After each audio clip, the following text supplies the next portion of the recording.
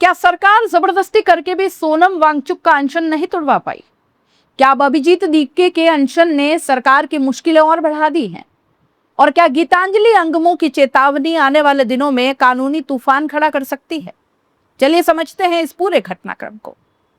दोस्तों, जंतर मंतर से निकली इस लड़ाई ने अब नया मोड़ ले लिया है। एक तरफ दिल्ली पुलिस का दावा है कि उसने अदालत के निर्देशों और स्वास्थ्य संबंधी चिंता को ध्यान में रखते हुए सोनम वांगचुक को अस्पताल पहुंचाया है, और दूसरी तरफ आंदोलन से जुड़े लोग आरोप लगा रहे हैं कि ये कार्रवाई उनकी इच्छा के विरुद्ध की गई और उनके साथ धक्का मुक्की भी हुई।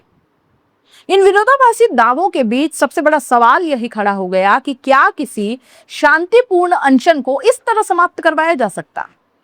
सुबह सुबह जब दिल्ली पुलिस सोनम वांगचुक को सफदरजंग अस्पताल लेकर पहुंची, तो प्रशासन का कहना था कि उनकी तबीयत लगातार गिर रही थी और अदालत के निर्देशों के अनुसार स्वास्थ्य की निगरानी आवश्यक थी।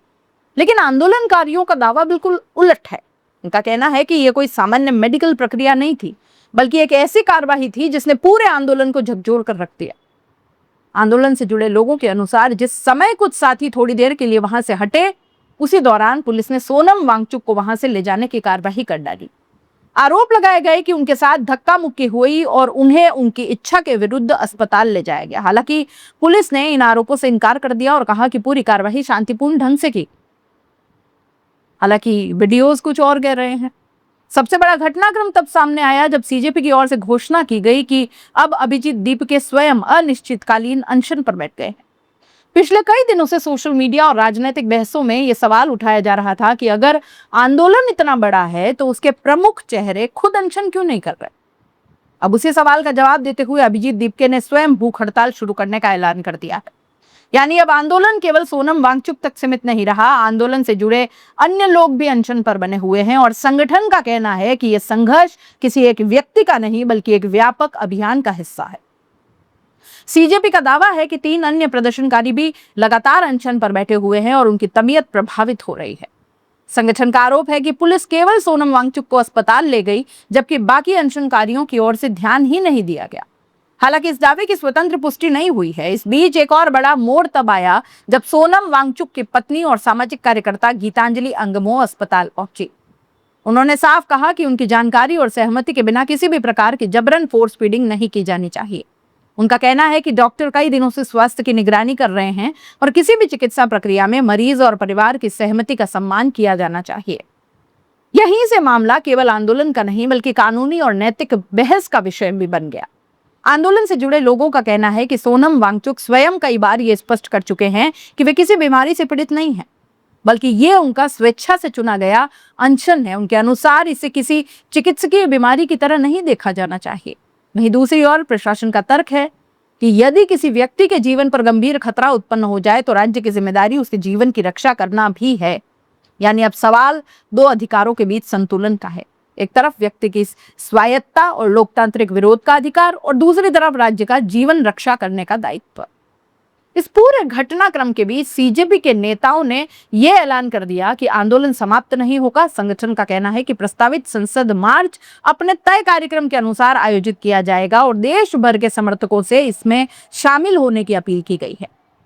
उधर अभिजीत दीपके ने आंदोलन की मांगों को और तीखा करते हुए कहा कि अब केवल शिक्षा मंत्री के इस्तीफे की मांग नहीं बल्कि प्रधानमंत्री के इस्तीफे की मांग भी उठाई जाएगी। इस बयान के बाद आंदोलन का राजनीतिक स्वर और अधिक तेज हो गया। आंदोलन के प्रवक्ताओं का आरोप है कि दिल्ली हाईकोर्ट ने केवल स्वास्थ्य की निगरानी की बात कही थी, जबकि पुलिस ने उस आदेश की अपनी तरह से व्याख्या करते हुए सोनम वांगचुक को अस्पताल पहुंचा दिया। दूसरी ओर प्रशासन का कहना है कि उसने अदालत की भावना और चिकित्सा विशेषज्ञों की सलाह के अनुरूप कार्रवाई की है। अदालत के आदेश की वास्तविक व्याख्या और उसके दायरे को लेकर यदि विवाद बढ़ता है तो भविष्य में यह विषय न्यायालय के समक्ष भी जा सकता है। राजनीतिक रूप से भी यह मुद्दा अब बड़ा होता दिख रहा है। विपक्ष के कई नेताओं ने आंदोलन के प्रति समर्थन जताया और इस पूरे घटनाक्रम पर सवाल उठाए कि यदि आने वाले दिनों में संसद मार्च होता है और अनशन जारी रहता है तो यह मामला संसद के भीतर भी जोरदार बहस का विषय बन सकता है। लेकिन फिलहाल सबसे महत्वपूर्ण बात यह है कि सोनम वांगचुक अस्पताल में चिकित्सकीय निगरानी में है, जबकि आंदोलनकारी अपने विरोध को जारी रखने की बात कर रहे हैं। दूसरी ओर प्रशासन अपने कदम को स्वास्थ्य सुरक्षा और कानून के पालन की कार्रवाई बता रहा है। अब आगे क्या होगा ये कई बातों पर निर्भर करेगा। चिकित्सकीय स्थिति क्या रहती है, अदालत में यदि कोई नई याचिका आती है तो उसका क्या रुख होता है, और क्या सरकार तथा आंदोलनकारियों के बीच किसी संवाद की संभावना बनती है। लेकिन एक बात तय है, जंतर मंतर से शुरू हुआ ये विवाद अब केवल एक अनशन तक सीमित नहीं रहा। ये लोकतांत्रिक अधिकार, राज्य की जिम्मेदारी, अदालत के आदेशों की व्याख्या और राजनीतिक टकराव, इन सभी सवालों के केंद्र में आ चुका है। आने वाले दिनों में इस पूरे घटनाक्रम पर देश की नजर बनी रहेगी। आप इस पूरे मामले को कैसे देखते हैं? अपनी राय कमेंट बॉक्स में लिख दीजिए। जाते जाते चैनल को लाइक, शेयर और सब्सक्राइब जरूर कर दीजिए। नमस्कार।